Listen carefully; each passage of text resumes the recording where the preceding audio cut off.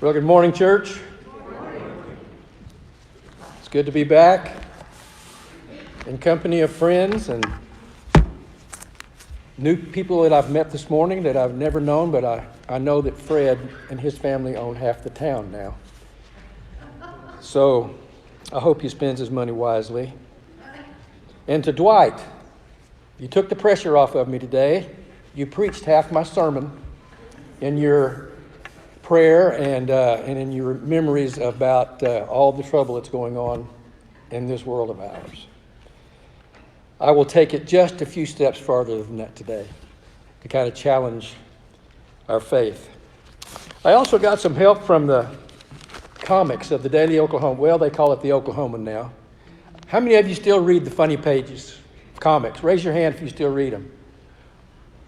All two of us. Oh, there's three. So, there's one back there too. So we got four. I don't read every one of them, but I have my favorites. And today I couldn't pass up bringing this one down to kind of get the lesson started today. By the way, the title of the lesson today is Hope Is. I seem to be in a pattern when I come preach here. It was, before that it was heaven is 2 times. Now it's hope is. So if you're familiar with the funny papers at all, there's a series of comics called Pearls Before Swine. And there's 3 characters in this comic strip. One is a mouse, one is a pig, and one is an alligator. And they distribute the world's knowledge to everybody who wants to read in their comic strip. Here's how it starts today. The mouse is on the psychiatrist's couch. And it's a man. It's not another farm animal or anything like that. It's a man. It's an actual psychiatrist. He has a gray beard. And the mouse is lying down on the couch. And the mouse says, "I don't know what it is, doctor, but I'm feeling much less happy now than I did 20 years ago." And the doctor says, "I see. Has your health changed?" "No, it's about the same," the mouse said. "How about job stress?" "No, it's the same." "How about your living situation?" "No, same." "Finances?" "No, same." "Diet?" "No, same." The doctor says, "Well, that is very mysterious. Here's a wild guess, Mr. Mouse. Do you happen to have a communication device on you that has turned all 7 billion people on our planet into full-time critics, made us all feel inadequate, and constantly exposed us to all of the world's worst news?" And the mouse replies, "I think you might be onto something there."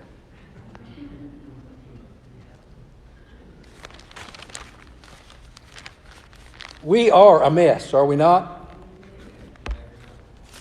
We being us collectively, all 7 billion of us that live on this planet, we are a mess. And some of us are hot messes. Some of us are hot messes. I would probably be one of those. My wife would probably testify to that fact.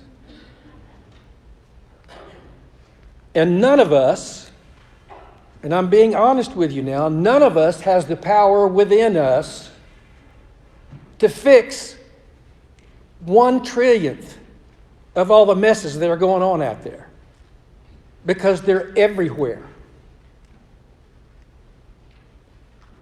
There's even messes in this room this morning. Right? I'm one of them. I'm not perfect. I haven't got my whole life together. I wish I did. I've tried to get it together several times in my life, and I make a little progress, and then sometimes it's like 2 steps forward and 1 step back. The Bible has something to say about that. People were hot messes in biblical times too. And it started in the Garden of Eden. The first hot mess was eating that forbidden fruit. And that hot mess plays itself over and over and over again in everybody's life. What has happened, I believe, is that we are losing our hope. We are losing our hope because there's so much out there that is messing with us. We just feel like there's nothing left to be done. It's interesting that the definition of hope is in the same sentence as the definition of faith in Hebrews 11:1. The King James Bible puts it this way. Now, faith is the substance.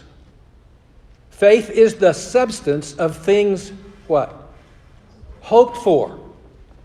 Faith is the substance of things hoped for. And then what comes next is the definition of hope. The evidence of things not seen. Let me run that by you again. Now, faith is the substance of things hoped for, the evidence of things not seen. And so we have the definition of faith having to do with hope, and the definition of hope having to do to be able to see things that are not seen.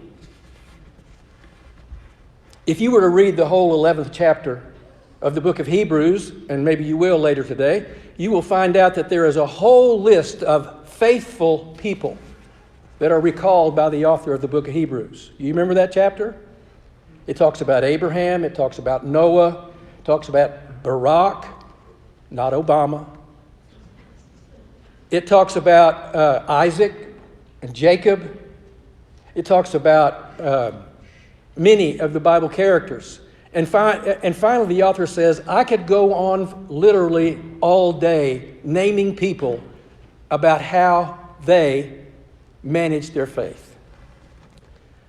And the very last word that he says about these people is, and yet, not one of them, listen, not one of them went to their grave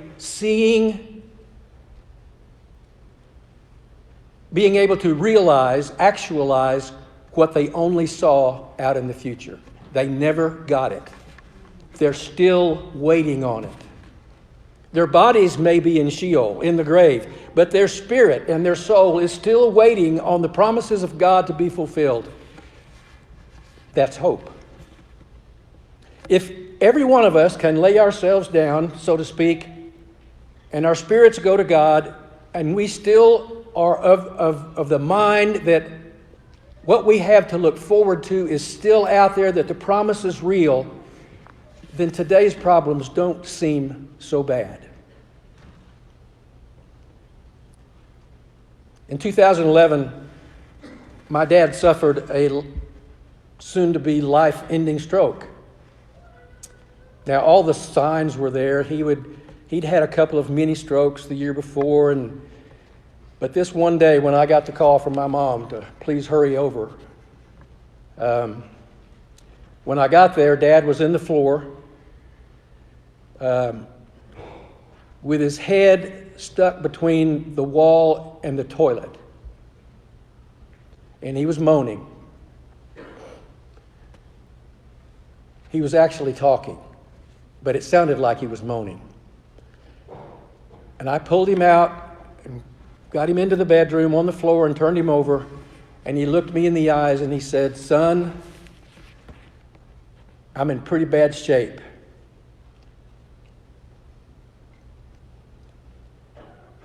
But everything's going to be all right." Later, after we got him to the hospital, and he lived 4 more days, and before he went into a comatose state because of the stroke, he knew that it was inevitable he was going to die. And his doctor, his cardiologist, came in and talked to him, and my brother and I were standing there, and the cardiologist said, "Mr. Pickens, I know that you understand what's coming next for you, right?" And my dad said, "Uh-huh." And the doctor said, well, is there anything I can do for you before you go? And my dad, I'm not going to be able to duplicate it because you won't be able to understand me, but he was unable to speak very well, but here's what he said. Yes, you can get me a strawberry milkshake. Did you understand it? Yes, you can get me a strawberry milkshake. Now, this is a man that's going to be dead within 36 hours. And that doctor got the biggest smile on his face, and he said, Mr. Pickens, I'll have it in here within 30 minutes. He wasn't able to drink it all, hardly at all. But I will never forget my dad's attitude towards leaving this life. It was no big deal. He was ready. He knew what the promise of God was. He knew where he was going to be when he took his last breath. He knew who he was going to see. And he was ready to get there. But you and I, we're not there yet.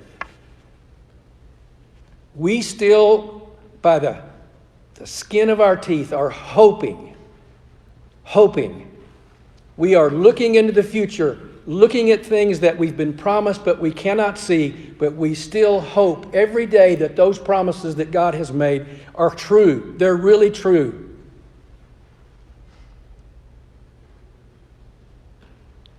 The two verses from Colossians 2 a while ago talked about the encouragement to take our faith and make it deep-rooted, where it can't be taken out of the ground, so to speak. That our faith is such that nothing in this life will discourage us enough to say, I give up.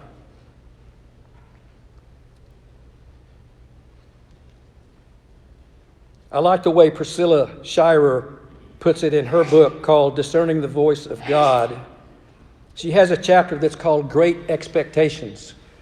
Now, many of us in our 10th grade English lit class, had to read Great Expectations. Anybody ever read that book, Great Expectations?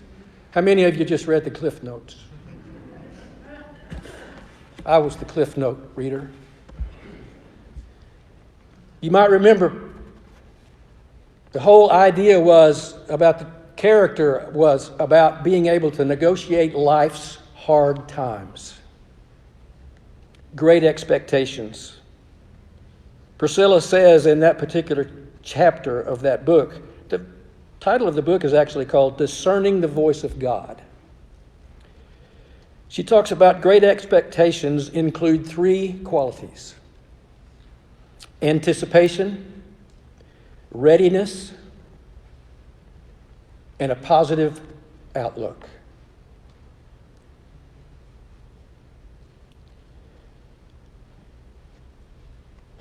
I don't know if you've ever spent much time thinking about what the music world down through the ages has contributed to either our detriment and our attitudes, or whether or not you've noticed how much music can lift us up.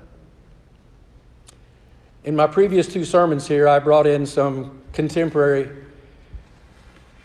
music examples about going to heaven and so on and so forth, finding your home. But I've gone back, this time way, way back to the Middle Ages. And I'm very confident you've never heard of this songwriter that I'm getting ready to talk about.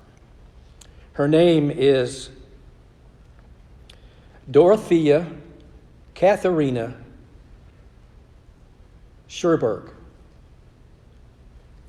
And she wrote the song back in the 1600s. She wrote the song called Be Still My Soul. You ever heard that song? It was actually written by Miss Schubert as a testimony to her overcoming her life. She was born into an aristocratic family in Germany. Her parents were quite wealthy, but when she was at a very young age, she witnessed her mother being killed and her father then later dying of natural causes, as they sometimes say. Because she no longer had parents, she was sent away to live in what we would commonly call today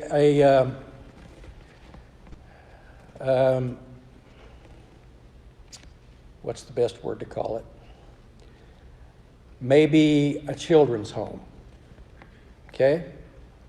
Some of you may have grown up in a children's home. I'm not sure about that. But I know that the life of people that are in children's homes is, while it's made better, it is sometimes very difficult. Well, saying that she grew up then in a children's home would be a gross overstatement. Many times she went to bed hungry.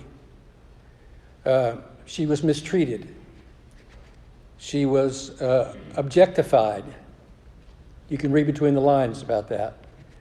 She was beaten. She was left in a closet for lengths of time. And during all that time, her testimony was, after the fact, when she came out of that, is that the only thing that kept her through was her strong belief in God. Once she got out of that children's home and she was able to take responsibility for herself, she joined a nunnery. That's the only way I know how to put it, although she had no desire to become a nun. She only had a desire to write songs, most of which ended up being religious in nature. She joined a group of church people called the Pietists. You may not have heard of that group. They actually had a church. They called themselves the Free Church of Piety. And she was a member of the Free Church of Piety. And it's interesting, I'm going to read what the creed of the Church of Piety stood for, and these may sound really familiar to you. There are six parts to the creed. We practice Bible study in private meetings. We develop small churches inside the greater church. We are a priesthood of all believers, allowing the laity, the common people, to share in the spiritual government and nurturing of the church. We have a knowledge of Christianity as being sufficient unless it is not sufficient unless it is lived out practically. Instead of attacking those who would disagree with us, we rather are sympathetic and treat them kindly. We give much more prominence to the devotional life than theological training. And finally, we believe in a different style of preaching. In place of rhetoric, we like an emphasis on the fruit of the Spirit and how it helps others learn about Jesus. Does that sound familiar to you? Does that sound like something maybe those of us in Churches of Christ claim to have as our creed, even though we don't call ourselves having a creed? Isn't that the way we proclaim that we like to live?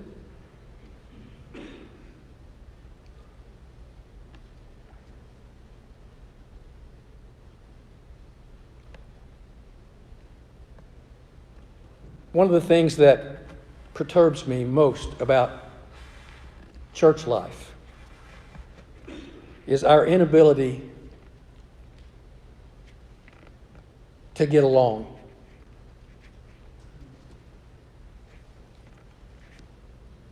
I think I've told you before, I was almost literally born in a church building. My mother went into labor the week of Thanksgiving in 1950. And Dad waited for the invitation song, of course, before he took Mom to the hospital. Well, he was the song leader. So I was born after a very long labor. My mother never let me forget that. She'd bring that up on my birthday a lot. Very long labor. And the thing about it is, I don't know anything about life without church. I've never had a time in my life when church wasn't a part of my life. There's probably some of you in here that would say the same thing. Let me just ask you, and you don't have to yell it or scream it. Has every experience that you've had as being a part of a church family been uplifting and helpful? Raise your hand if that's been the case. Uplifting and helpful. See, it's universal. And honestly, my friends who are members of other faith churches, I have lots of Baptist friends, Methodist friends, Presbyterian friends. I have a few Catholic friends. None of them have ever said that living the life of a church member has been all good. And the bad memories that they have from things that have happened in the church have stuck with them their whole life. They've never been able to shed what that did to them emotionally or spiritually, or even sometimes perhaps physically. And so the question becomes, why do we do that to each other? What is causing us to do that? Well, part of it is because of the world we live in. There are constant problems every day. There are new problems, sometimes on the hour, within our physical families, within our church families, within our cities, within our states, within the United States, across the world. There's always hot messes. Always hot messes.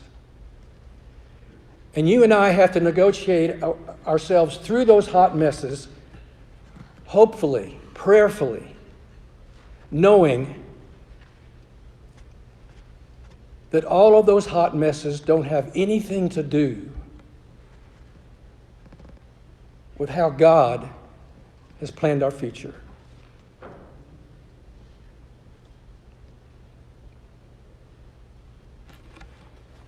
I'm going to turn over to the book of Habakkuk. And I'll bet you haven't read Habakkuk in a while, but I want to read the story about Habakkuk. It's a very short lesson on knowing how to negotiate life when you think God is out of the picture. Habakkuk was called a prophet, but he never prophesied anything. I don't know if you ever knew that. But he was called a prophet, a minor prophet, but he never prophesied anything. All he did was complain. And so Habakkuk 1 starts out with Habakkuk's first complaint, and he's complaining to God. Kind of sounds like Job. But here's what he said to God. Here's what he first said to God. How long, O Lord? How long must I call for help? You ever been there? But you don't listen. I cry out to you and I say, violence, but you don't save. Why do you make me look at this injustice? Why do you tolerate wrong? Destruction and violence are before me. There is strife and there's conflict. Therefore the law is paralyzed and justice never prevails. The wicked hem in the righteous people so that justice is always perverted. Complaint. The Lord's answer now. Habakkuk, look at the nations and watch and be utterly amazed. For I am doing something in your days, that is right now, that you would not believe, even if I were to tell you what they were. I'm raising up the Babylonians, that ruthless and impetuous people who sweep across the whole earth to seize dwelling places not their own. They are feared and dreaded people. They are a law to themselves, and they promote their own honor. Their horses are swifter than leopards. They're fiercer than wolves at dusk. Their cavalry gallops headlong. Their horsemen come from afar. They fly like a vulture swooping down to devour. And they all come bent on violence. Their hordes advance like a desert wind and gather prisoners like sand. They deride kings and they scoff at rulers. They laugh at all the fortified cities that build earthen ramps and capture them. And they sweep past like the wind and go on and on, these guilty men whose strength is their God. Habakkuk was concerned about how things were going on within his own nation. The Hebrews, the Israelites. And he thought that God was out of the picture and that they were just going to continue to be people of horrible intent. And the Lord's answer was, you ain't seen nothing yet for what I'm about to do to those people. Habakkuk goes on and says, O Lord, are you not from everlasting? My God, my Holy One, we will not die. O Lord, you have appointed them to execute judgment. O Rock, you have ordained them to punish. Your eyes are too pure to look on evil. You cannot tolerate wrong. Why then do you tolerate the treacherous? Why are you silent while the wicked swallow up those who are more righteous than themselves? You have made men like fish in the sea, like sea creatures that have no ruler. The wicked foe pulls all of them up with hooks. He catches them in his net. He gathers them up in his dragnet. And so he rejoices and is glad. And therefore he sacrifices to his net and burns incense to his dragnet. For by his net he lives in luxury and enjoys the choicest food. Is he to keep emptying his net with my people, destroying my nation without mercy? I'll tell you what I'll do. That's a paraphrase. I'm going to stand at my watch. This is Habakkuk. And I'm going to station myself on the ramparts. And I'm going to look to see if what you say is true.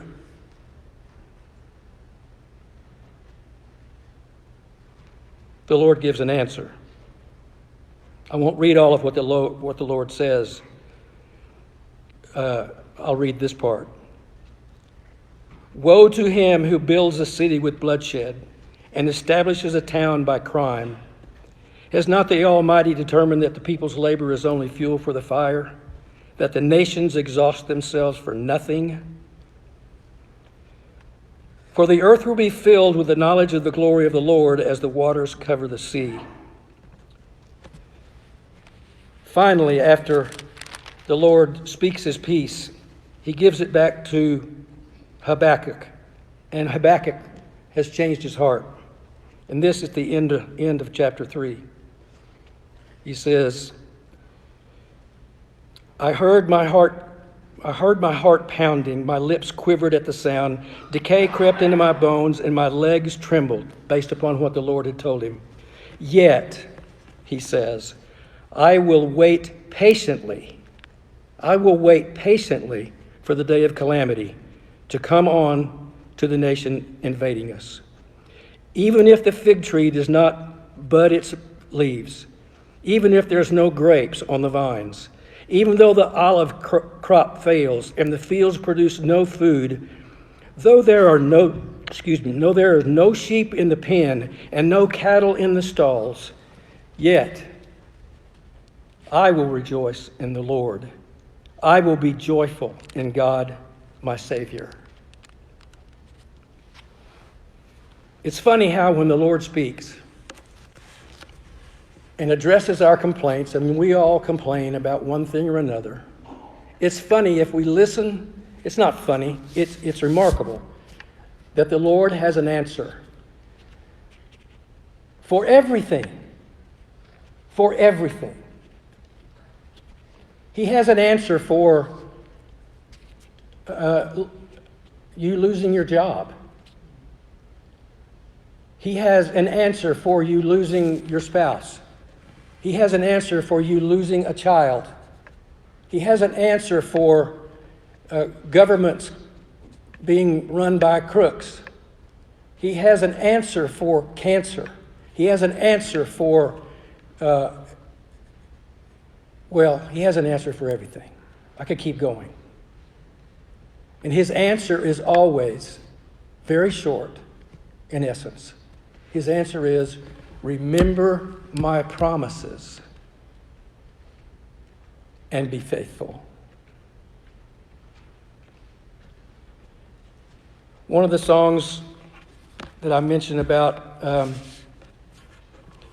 Dorothea Katharina Schlegel writing is found in this songbook. I'm pretty sure it's not in yours. But I found, this is my dad's old songbook. And the pages are yellow. And that's okay.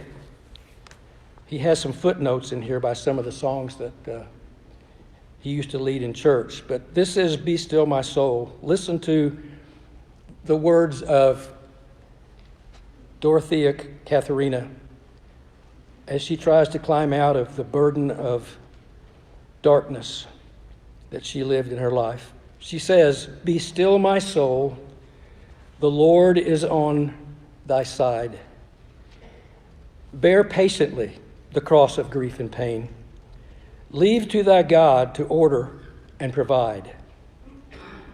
In every change, he faithful will remain. So be still, my soul, thy best, thy heavenly friend. Though thorny ways leads to a joyful end." Through thorny ways. Verse 2, "Be still, my soul, thy God doth undertake to guide the future as he has the past. Thy hope and confidence let nothing shake. And now mysterious shall be bright as last. Be still, my soul, the waves and the wind still know his voice who ruled over them while he dwelt below." And the third verse, "Be still, my soul, the hour is hastening on, when we shall be forever with the Lord. When disappointment, grief, and fear are gone, sorrow forgot, love's purest joys restored, be still, my soul. When change and tears are past, and all is safe and blessed, we shall meet at the last." There is nothing that you are enduring that God doesn't have an answer for. I heard a little quip the other day that I'd never heard before, but it makes sense. Some people have a solution for every problem. Other people have a problem for every solution. Think about that. Do you see two different kinds of attitudes there? And usually those that have a problem for every solution don't like the ones who have a solution for every problem, because they'd rather be in misery than in joy. And so they end up hating the ones that have a solution to every problem. Let me tell you something. God is not the problem. He is the solution to your joy. And he is always available. Always available. My research about the author of our song led to some people who actually sent back notes to the preacher who was preaching a sermon that included the author of the song. And this person is named Stacy. And let me tell you what Stacy said about the effect of the song in her life, and then we'll be done. "Thank you so much for writing this. God has deeply comforted me with the words to her song, Be Still. I love the version because it helps me worship God. I am a non-denominational believer. I have been a Christian for 23 years. I also have struggled deeply for several decades with depression. This song helps me a lot to persevere in believing in Christ as well as persevering in life.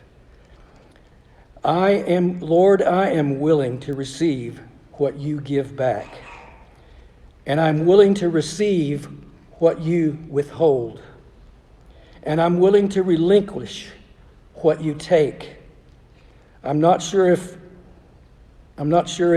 these words to another one of the hymns she wrote, but God is powerfully using the ideas expressed to change my life. If we are to change and grow in our relationship with Jesus, it is vital that we accept what the Lord gives and what the Lord withholds and what the Lord takes from us. He knows what he's doing, and he's good. We can trust him. He calls us to trust him whether we understand what he's doing or not. And here's how she finishes this. Also, whether we can see him at work or not.